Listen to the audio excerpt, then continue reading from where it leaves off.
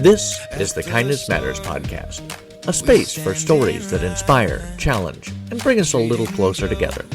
If you've been looking for a reminder of the good in people, you're in the right place, because kindness matters, and so do you. It's kindness we are. Thank you for stumbling in or joining legitimately and voluntarily. I appreciate you either way. Every single one of us has only so many hours of the day, and the fact that you chose a portion of one of those hours to listen to this podcast means everything to me. Thank you so much. I have such a great show for you guys today. Today on the Kindness Matters podcast, I'm joined by Stephanie Page, who is the co-founder and executive director of Stories Foundation. It's a nonprofit working to fight human trafficking through community, storytelling, and purpose-driven business. Stephanie believes every story has value, and that by sharing our own, we can help change the stories of injustice around us. Love that. I don't know how I wrote that, but I like it. Welcome to the show, Stephanie. Thank you. So glad to be here. It's a lovely day. The sun is shining. It may not be Yes, as it warm is. as we like, but here we are, right? Yeah, we can pretend. Exactly. I'm gonna get my ignorance out of the way first. And this is probably jumping way ahead, but when I think of human trafficking, right? And we hear a lot about it in the news, Mhm. especially these days, which is probably a good thing from your point of view, right? The more people who are Mhm. aware of it, the better. Definitely. When I hear that, though, for whatever reason, I think specifically sex trafficking, and that's Mhm. not what human trafficking is it? Can you give us a little rundown of what that phrase involves? Yeah, definitely. So human trafficking is the overarching term, and there are two types of human trafficking. So there's sex trafficking, which does get more press in the news, and then there's labor trafficking. And actually, labor trafficking is a bigger problem globally than sex trafficking. It generates more money, illicit profits, than sex trafficking. And for both labor and sex trafficking, the definition is force, fraud, or coercion. So if you're lied to, if you're forced to do something, coerced against your will, if you think a situation is going to be one thing and it ends up being something else, if the goods, something of value is exchanged, so it could be money, but it also could be, I don't know, clothing, drugs, just something of value has to be exchanged for it to Okay. be human trafficking. All right. Wow. Yeah, and it's such a huge problem, and I mean, I know this is not a new problem, right? This has been around for hundreds of years. Right? So Right. Yeah, I think we just have a name for it now. So I think that's the difference, right? We put it right. in the last like 15, 20 years, we put a name on it. 20 years? Is that it? Okay. Okay. So talk to me about I how we just figured out a name for it 20 years ago, and it doesn't sound like it's that long ago. I mean, I've lived in Minnesota longer than that, but Mhm. okay. Um, so talk to me about how Stories Foundation began for you. Yeah. So back in 2012, I was on a road trip with my mom and my dad. We were going to the wedding of a family friend, and my mom got a free book on her Kindle. So kind of random, right? Something random changed my life. And it was called Passport Through the Darkness, and it was about a woman who, her and her family lived in Spain. They did missions work in Spain, and her kids befriended the neighbor kids. And then through that relationship, they learned that the neighbor kids are being trafficked out of the house next door. And this was probably like 30 years ago now that her story began. Maybe even, well, no, probably like 30 years ago. And so she worked for 2 years with the American government and the Spanish government to have the children returned to their parents. And then she lost track of them and she suspected that they got sold back into slavery. And so that changed her life. And she ended up in the Sudan working with children who were victims of being recruited to be child soldiers in the wars there.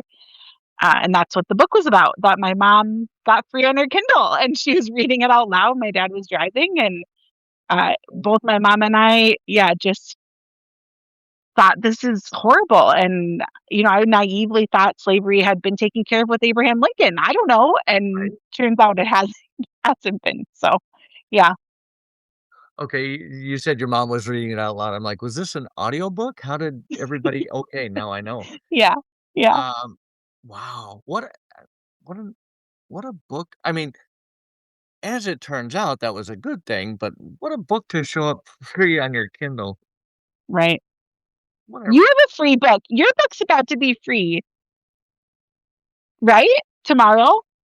Sorry, this will air later, but that's exciting. Yeah, I That's know. exciting. Yeah, yeah, I got 2 free days just trying to get the book out there. You can see it I'm behind me. excited. I see it. I see it. I'm excited. Shameless plug, right? Mhm. Um, so completely derailed my thought process. Sorry, my So fault. you read this book and you went, did you immediately go, "We need to do something about this," or what was the Yeah, we had been joking for a long time as a family about starting a coffee shop. We'd always kind of talked about that. And there was a pastor in Washington, D.C., and he started Ebenezer's, which is a nonprofit coffee shop, and they give all their money away to missions.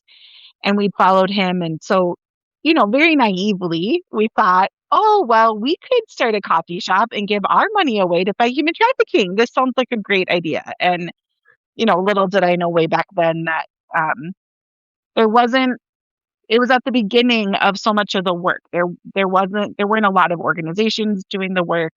People didn't understand human trafficking. People still struggle to understand human trafficking. It's a hard, overwhelming topic. But I didn't know all that way back then. I just thought, oh, sure, we like coffee. People like coffee. Let's start a coffee shop and give our money away. Sounds fun. that works for me, that'd be enough to get me in. Thanks. Me too. Hey, I'm there. I'm right with you. Yeah. Oh, wow. So was now, you didn't initially start a brick and mortar coffee shop though, right? No, I sure wanted to. So if you remember back to like 2012, 2013, social impact business wasn't popular then. People didn't understand, I think we had Tom's, but that was probably it. Now, there's social impact business everywhere and people understand the concept more. But back then when I talked about doing this, I got a lot of um, that'll never work. Why would I give you money to start a social impact business when I could just give money directly to, help people who are being trafficked? I had people say, "Oh, she just wants us to fund her dream of having a coffee shop." There was a lot of negativity. People just didn't understand, and so we we talked about it for a long time, and we started with awareness. We started by hosting awareness conferences because, again, what I realized is nobody knew about human trafficking too. I thought I was behind, but really people didn't know about human trafficking. So You were very that's much where we started with was spreading awareness. I ended up being, yeah, yeah, who knew? not me. So, so you were hosting these, were they like meetings or just kind of informational sessions about human trafficking or just trying to drive Yeah, awareness? back then, before we started stories, I put conferences on. So that's something that I did. And so that was a natural segue. And we put on human trafficking awareness conferences. We partnered with local churches, and we did 3 years in a row. Partnered with local churches and did um, conferences about human trafficking and brought in vendors and the organizations that were here to share and talked about what it was. And I still say and said for a long time back then, I'll talk to anybody. So whether it's one person, two, five, 10, whoever will have me, I will talk about human trafficking. So once I felt like I had a good grasp on it enough to communicate about it myself, then I went and talked to anyone who would listen, really. So Yeah. Well, and I mean, that's how it starts, right? You get people to perk up and pay attention, and then you can work towards your goal. And were now these conferences, these were all out of your own pocket, or because um, I guess in a mhm. church it could probably be free, but Yeah, people paid. I feel like people would pay not more than $20 to come. So it was just enough to offset our costs. It was pretty much a break even. They would come. Um, it would usually be just one day. We'd feed them lunch. They'd, hear a main keynote, and then there'd be breakouts. Um, we would have vendors. There'd be some, intentional shopping or looking at different organizations, and yeah. yeah, hmm okay. I did some. It was a new kind of like MLM thing at the time, and I did this one push where I sold some MLM, and that was our first seed money for stories. I think I made like $2,000 or something in like one time, and I said all the profit from this will go to, back then it was Stories Cafe. That's what we called it, and you do what you got to do to get money in the beginning. For So sure. yeah. Yeah, hmm that's funny. MLM. I I got tricked into going to an Amway meeting one time, and I have had a bad taste in my mouth about MLM ever since. So I won't even go near it, Well, even it's if the I just tricked part of it, right? Yeah, it's pardon? the trick. Yeah, Yeah. yeah. You So don't no one you're wants to be really tricked into legitimate. anything. Tell me the So, truth about why I'm here, right? Whatever. yeah, yeah. That was a Story for trend, another time. I think. Mhm. Mhm. So you held these conferences and you were working towards a coffee shop, but first you had to stop at Coffee Cart. Yeah, we did a food truck. So everyone said start small, and this was like at the beginning the trucks were kind of becoming cool, and we actually, I guess I get inspired by things around me because we actually watched Chef, which is a movie about a guy starting a food truck. John Favreau. And um yeah, yep, yep. Yeah, And so we watched great that and movie. we thought, "Oh, we could do that." It's a great movie. Yeah. Yep. So we were inspired and we thought people would love a food truck that fights human trafficking, and so we did a Kickstarter. We became a nonprofit at the end of 2015 after we'd done all this awareness work. Decided to go the nonprofit route, and then right away in March of 2016 we launched. It was Start Some Good, so it's like Kickstarter for nonprofits. Raise $30,000 in 30 days, kind of a thing. Where if you don't raise it, you don't get anything. So that was the most stressful fundraising I've ever done, but Oh my god. it worked. We did it. So yeah. That's the important thing. Yeah. So, it was a food truck? Now, were you doing the cooking there, Yep. or hmm Yeah, we developed the recipes and we made falafel and made like barbecue chicken sandwiches, got our bread from Breadsmith, so local, tried to stay local, made all our own sauces, made our own pickles, um, fried our own chips. Yeah, it was very fun. hmm I Talked about human trafficking. And then at that time, we gave a portion of the profit away to local organizations that were doing the work. okay. And how long did you run the food truck then? We ran it till 2020, so for 3 years. Okay. Alright. Yeah. hmm Oh, we won't even talk about 2020. So now you Yeah, have brick and mortar everything went co off the rails. Yeah, my mind yeah. just kinda blocks out that whole, like, 1 to 2-year period, 2020, 2021. Um, so now you have this brick and mortar coffee shop/restaurant. Slash restaurant. Your menu looks amazing, by the way. Can't believe Oh, I thank haven't been in you. there. And spoiler alert, Stephanie's in the same You'll get there. geographical location as me, and I haven't been. I'm a bad So host. close. Yeah. I'm Mhm. a bad host. So, talk to me about what Stories Foundation actually does. Uh, you make the money Mhm. through the restaurant, and then where does that go? What does that look like? Yeah, so Stories Foundation is the official nonprofit, the 501(c)(3), and then the cafe is a program of our foundation. And so, what Stories Foundation does is we do awareness. We talk about what human trafficking is, what are the root causes of human trafficking, and then as community members, what can we do to decrease human trafficking? How can we I believe that we have human trafficking because we have some cultural issues that we've allowed to be kind of incubated in our culture. And so that means that as community members, we have power to change culture. And it's how we see each other, right? It's being kind is a huge part of it. How we see each other, how we treat each other, how we engage. Yeah. So we talk about that, and then we do prevention work with kids and teens and families, talking about healthy and unhealthy relationships. I think when we talk about human trafficking and exploitation, there's a spectrum.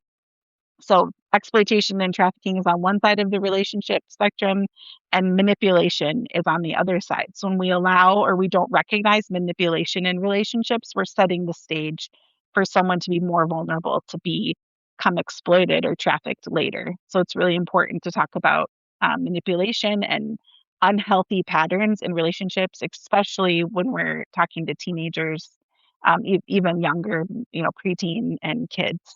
So we do that, and then we support survivors as they are coming out of a life of trafficking with wraparound services, and that can look like a lot of different things.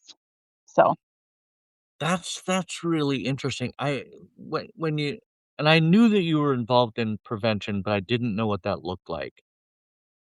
Um, when you talk about, um, what do those talks look like? When you're talking to somebody about prevention, yeah.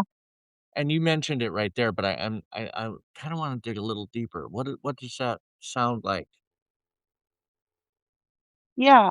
So we talk about connected is our curriculum for that, for prevention. And it talks about how when we see the value in our own story, then we can see the value in other people's stories, and we see the value that we have being connected together in community.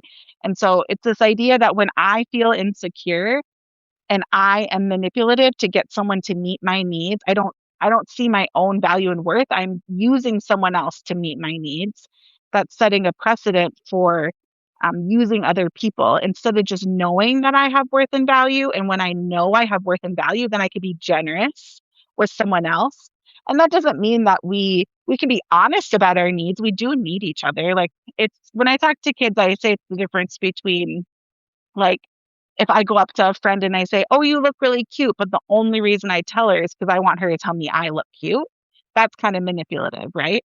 But if I went up to her and I said, "I don't feel good about myself today. Like, am I okay?" And she's like, "Oh my goodness, you're great," right? Because she's a good friend. Or if I genuinely say to her, "Wow, you look so good," and then she's like, "Oh my goodness, girl, you look so good." Like, that's an authentic connection. We want to bring awareness to authenticity in our relationships so that we're not normalizing unhealthy patterns, because really they exist everywhere, adult to student, adult to child, children to children, in romantic relation. We have normalized unhealthy manipulative relationships in business everywhere, and that really sets the stage for us to not recognize when we're being exploited. If we don't have a red flag like, oh, this isn't Right. healthy, because we've already been in this on a lesser scale. Wow. Wow.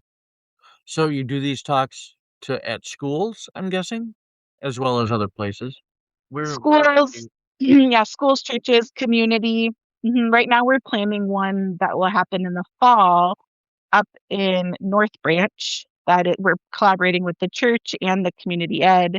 So it's we go places and collaborate in communities. Wow. Okay, so now let's jump to the survivors and how you help the survivors. Mhm. Because you mentioned that. Yeah. So we work with, on average, 13 to 15 survivors a year, and it can look like helping them tell their stories. So, one of the ways that we've done that in the past is we ran a podcast. I've been, we haven't done it for a couple of years, but it still lives on, and we have a few survivor stories seasons where you can go back and listen. So we've walked alongside survivors to help them tell their stories. And then we also give them platforms to speak at events and things, so they kind of take the power back for their story. And then we help them, with car repairs, finding housing, finding employment. We run a support group at the cafe once a week with it's a therapist-led support group for survivors of trafficking and exploitation. So safe community, um, just a place they can come and be seen and known and um, process what's happened to them and how they're living their life now. Just many, many different ways. It's very case by case. We're working in the future. Within the next 1 to 2 years, we're gonna roll out a job training program, and I'm working on getting a house. So then it'll be more less organic, more program. But up until this point, it's been more organic as we work with survivors. I know you'll be successful in whatever you do for sure. Um, Oh, would the average Jane or John Doe in America be surprised at what the typical victim of human trafficking looks like? Do you think? yes, yeah. It, they, yeah, they walk among us. So you wouldn't see somebody and think, oh, they are being trafficked or they were trafficked. Wow. They come from all walks of life, all socioeconomic backgrounds. Really, the commonality for someone who's trafficked or exploited is vulnerability. That is exploited, and we've all been vulnerable. So it's not. I mean, if you have more vulnerabilities, like you know, you're more vulnerable to someone taking advantage of you. But really, the vulnerabilities that are being exploited right now when we talk about teenagers is just the need and desire to be seen, known, valued, loved. And we all have that vulnerability. Right. So it's human. Talk about talk about stories. I don't think you're recording, Mike. No, I am.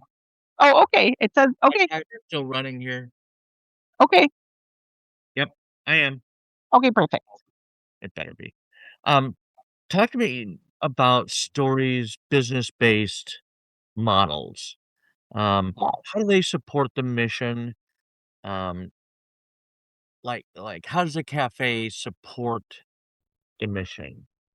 Yeah. So the cafe is serves breakfast and lunch, and we also have a little boutique store, and we rent out our space in the evenings, and we have a room that we also rent out to private parties, and all that profit goes into our same bank account that supports the work of the foundation. And so um, it it is a part of our funding for the work that we do. We'll always raise funds as a nonprofit, but the cafe is a part of that stability, that sustainability that we want to have as a nonprofit.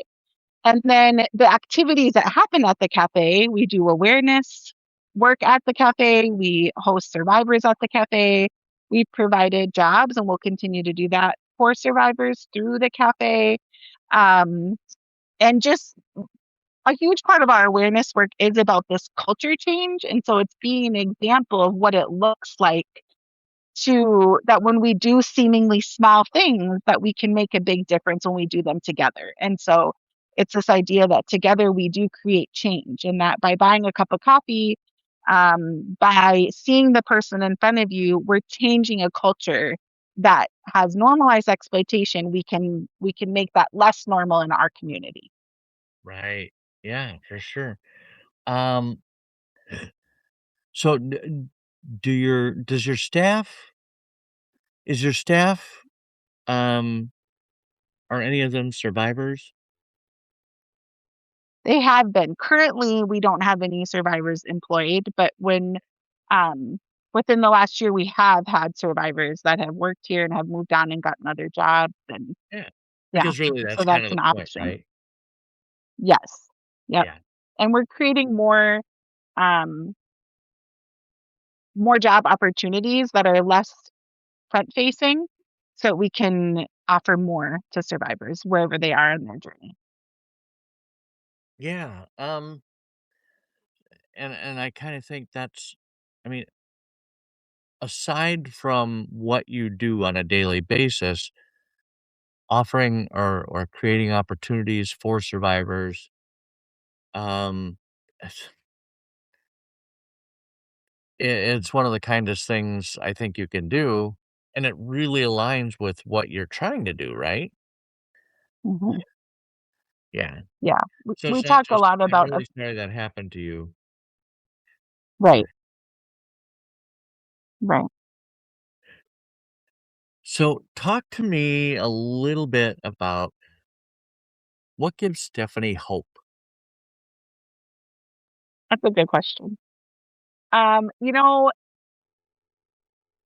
I I find it very hopeful that in a world where Facebook would tell me that we don't value each other's humanity anymore, that Right. in my real life, in my day-to-day life at the cafe and when I meet with people, that overwhelmingly people care for each other and that they do choose kindness and compassion and empathy, and that when they're given the choice, they want to do something that matters and that makes a difference. And um, I think that as human beings, we get really overwhelmed, and that's normal by the darkness and the hard and the painful. But when you give people an opportunity to do something that is brings light to the darkness, they say yes to that. And so that is so hopeful, and it's really beautiful. Yeah, that was, I mean, and I see that too. I see what you're talking about every day. Um, and that was kind of the whole premise for this podcast was, Mhm. you know, you can look on your social media feeds or the news and you can see and it would be easy to understand how somebody could feel like nobody gets along and there are just really horrible people around every single corner.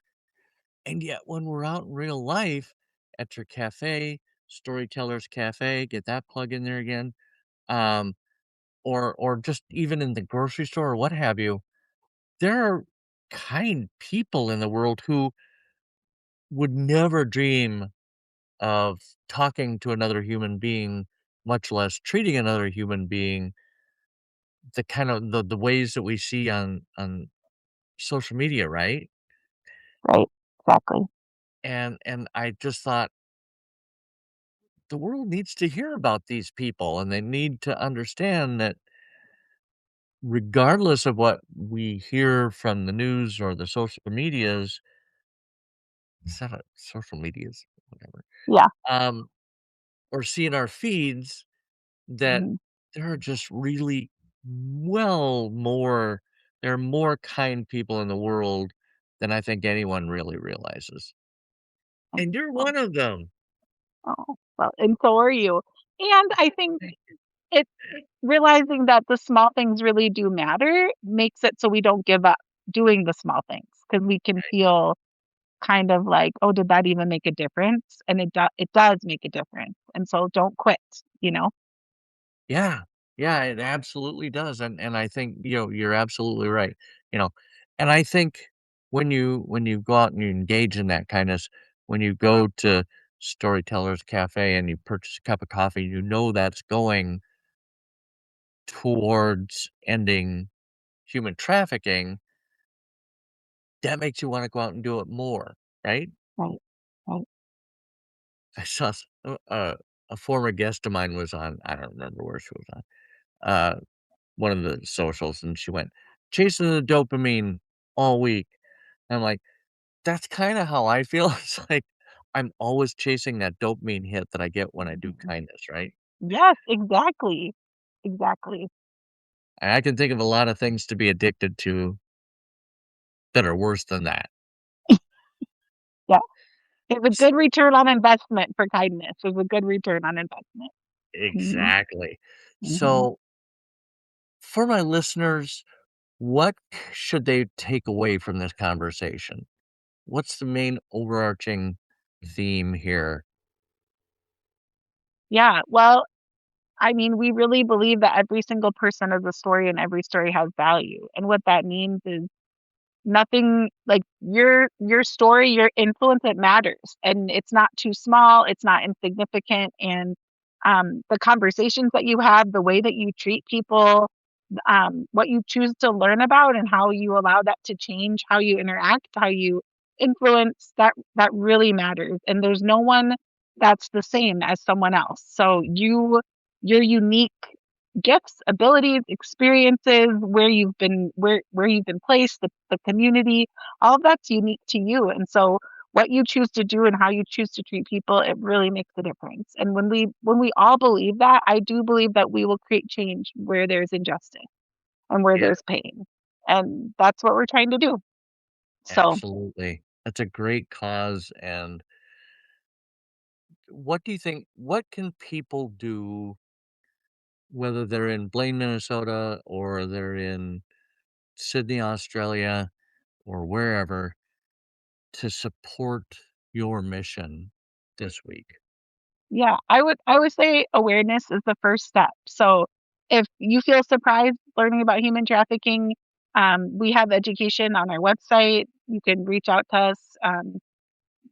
I'll talk to anyone about human trafficking, virtually, in person. So learn more, because once you learn more, it changes the way you see, changes the way you act, it changes the way you talk. And that's how we're really gonna be able to come alongside survivors and also prevent human trafficking. So become more engaged, become more aware. That's definitely a first step that you can take today. Perfect. I should also you mentioned the website. There will be a link to that in the show notes. Um, Stephanie, you are making an incredibly positive difference in the world, and I thank you for that. And thank you for taking a few minutes to be on the show with me today. Thank you for having me. What an honor. Human first. Hey, thank you so much for tuning in today. If you found value in this episode with my guest, Stephanie Page, it would mean the world if you shared it with a friend or a family member, or took a moment to leave a comment or a review. It's one of the best ways to help others discover this show. And if you'd like to support the show and help keep us spreading this kindness, we have both tiered and one-time support options are available on Buy Me a Coffee. And we also have a merch shop where you can buy t-shirts, hoodies, coffee cups, tote bags, you name it, with the sentiment that kindness matters and so do you. All of those links will be in the show notes. And if supporting financially isn't possible right now, we get it. That's completely okay. The most meaningful thing that you can do to support this show is by doing one small, random act of kindness each day. It truly makes a difference. We will be back again next week with another episode, but until then, just remember, kindness matters, and so do you. Human first. Human